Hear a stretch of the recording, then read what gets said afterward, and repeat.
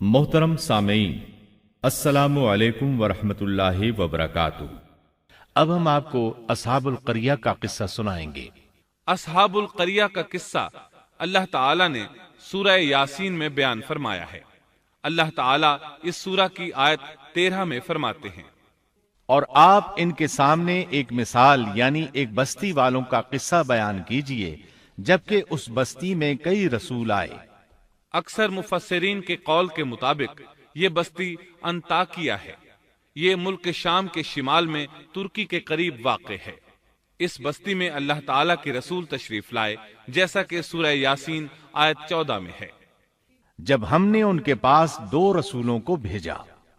एक ही वक्त में 2 नबी दोनों दावत पेश करते हैं, लेकिन हुआ क्या, अल्लाह फरमाते हैं, सो उन लोगों ने अव्वल दोनों को झुठलाया, फिर हमने तीसरे से तायीद की, सो उन तीनों ने कहा कि हम तुम्हारे पास भेजे गए हैं।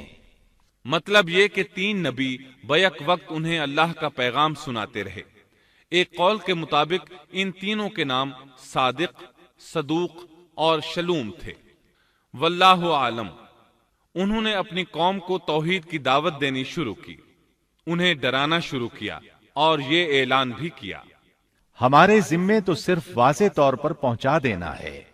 तुम्हें हिदायत से सरफराज करना हमारी जिम्मेदारी नहीं। हिदायत सिर्फ अल्लाह तबारक व तआला के इख्तियार में है। उनमें से कुछ बदबख्त लोग साबिका बदबख्त कौमों की तरह कहने लगे। उन लोगों ने कहा, तुम तो हमारी तरह मामूली आदमी हो और रहमान ने कोई चीज नाजिल नहीं की, तुम निरा झूठ बोलते हो। अंबियाए किराम इन लोगों को दावत हक देते रहे, तौहीद का पैगाम सुनाते रहे, लेकिन वो लोग अपने कुफ्र ही पर डटे रहे। उन्होंने कहा कि हम तो तुम्हें मनहूस समझते हैं, अगर तुम बाज न आए तो हम पत्थरों से तुम्हारा काम तमाम कर देंगे और तुम्हें हमारी तरफ से सख्त तकलीफ पहुंचेगी।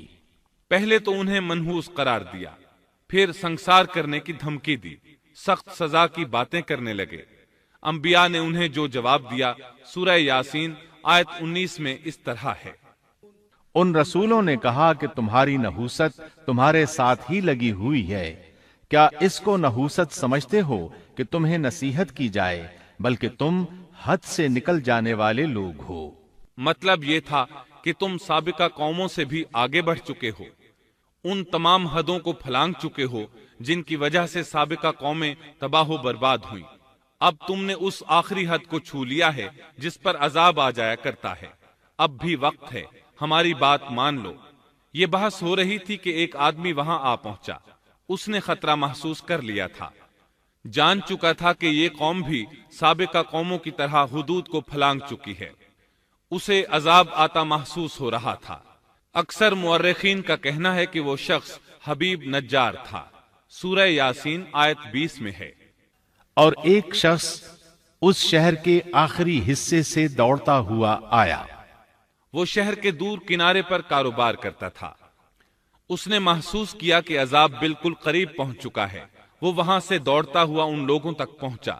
सूरह यासीन आयत 20 और 21 में अल्लाह ताला फरमाते हैं, और एक शख्स उस शहर के आखिरी हिस्से से दौड़ता हुआ आया और कहने लगा, ऐ मेरी कौम, इन रसूलों की राह पर चलो, ऐसे लोगों की राह पर जो तुमसे कोई मुआवजा नहीं मांगते और वो राह रास्त पर हैं। मतलब ये कि रसूल तो तुम्हें नेकी और भलाई का हुक्म देते हैं, किसी बुराई का हुक्म तो नहीं देते। उनका अखलाक भी अजीम है, ये तुमसे किसी उजरत का सवाल भी नहीं करते। इसके बाद उसने जो कहा आयत 22 और 23 में मज़कूर है, और मुझे क्या हो गया है कि मैं उसकी इबादत न करूं जिसने मुझे पैदा किया, और तुम सब उसी की तरफ लौटाए जाओगे। क्या मैं उसे छोड़कर ऐसों को माबूद बनाऊं कि अगर रहमान मुझे कोई नुकसान पहुंचाना चाहे तो उनकी सिफारिश मुझे कुछ भी नफा न पहुंचा सके और न वो मुझे बचा सकें। ये झूठे माबूद तो मुझे बचाने या छुड़वाने की जरा भी ताकत नहीं रखते। अगर अल्लाह ताला मुझे किसी तरह की तकलीफ पहुंचाना चाहें तो ये मेरे कुछ भी काम नहीं आ सकते। सूरह यासीन आयत 24 और 25 में आता है, फिर तो मैं यकीनन खुली गुमराही में हूं, मेरी सुनो, मैं तो सच्चे दिल से तुम सब के रब पर ईमान ला चुका। ये बातें सुनकर कौम के लोग गुस्से में आ गए और कहने लगे, अच्छा کیا تو بھی ان کے ساتھ ہے؟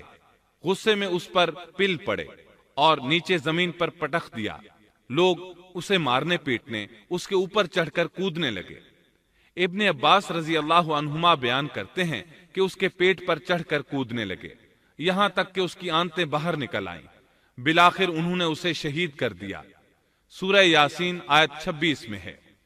ارشاد ہوا جا جنت میں داخل ہو جا، یعنی اس سے فوراً ہی یہ کہہ دیا گیا کہ جنت میں داخل ہو جا، کیونکہ وہ شہید ہوا تھا۔ یہاں اللہ تعالیٰ نے بات کو بہت مختصر بیان کیا، پوری تفصیل بیان نہیں کی کہ انہوں نے اسے پکڑا، مارا، پھر شہید کیا، اور اس کے بعد اس کے لیے حکم ہوا کہ جنت میں داخل ہو جا، اور یہ بالکل واضح بات ہے۔ وہ فوراً جنت میں داخل ہو گیا، اور جوں ہی وہ جنت میں داخل ہوا کہنے لگا کاش میری قوم کو بھی علم ہو جاتا کہ میرے پروردگار نے مجھے بخش دیا اور مجھے عزت داروں میں شامل کر دیا۔ بس شہید ہوتے ہی سب گناہ ختم ہو گئے۔ اللہ کے راستے میں شہادت سے بڑھ کر کوئی شہادت ہو بھی تو نہیں سکتی۔ اللہ تعالیٰ کی بارگاہ میں دعا ہے وہ ہم سب کو بھی اپنی راہ میں شہادت نصیب فرمائے، اس لیے کہ شہید کو اللہ کی طرف سے وہ اعزاز اور اکرام ملتا ہے جو کسی اور کو نصیب نہیں ہوتا۔ اب اس قوم کی سنیے جس نے اسے شہید کیا تھا۔ اللہ تعالیٰ سورہ یاسین آیت 28 اور 29 میں فرماتے ہیں، اس کے بعد ہم نے اس کی قوم پر آسمان سے کوئی لشکر نہیں اتارا اور نہ اس طرح ہم اتارا کرتے ہیں، وہ تو صرف ایک زور کی چیخ تھی کہ یکایک وہ سب بجھ بجھا گئے۔ اس موقع پر جبریل علیہ السلام اکیلے ہی آئے تھے اور انہوں نے ایک چیخ ماری تھی اور بس وہ سب کے سب اسی دم بجھ گئے، مر گئے۔ اللہ تعالیٰ آیت 30 میں فرماتے ہیں، ایسے بندوں پر افسوس، کبھی بھی کوئی رسول ان کے پاس نہیں آیا جس کی ہنسی انہوں نے نہ اڑائی ہو۔ یہ جبریل امین علیہ السلام کون ہیں؟ کیا ہیں؟ اللہ کی مخلوق میں سے ایک مخلوق ہیں۔ ان کی صرف ایک چیخ سے وہ سب وہیں ڈھیر ہو گئے، ایسے بن گئے جیسے آگ کے انگارے بجھے ہوئے ہوتے ہیں۔ سبحان اللہ، پاک ہے وہ ذات جو زبردست قوتوں والی ہے اور جس نے جبریل علیہ السلام کو پیدا فرمایا ہے۔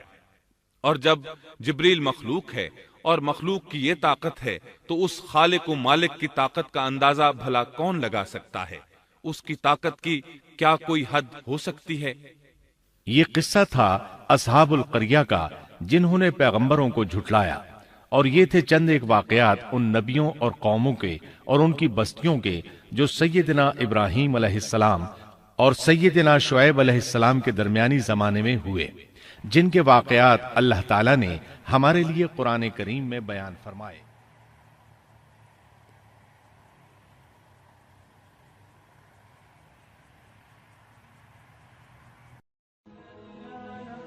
Thanks for watching. Don't forget to like, comment, share and subscribe to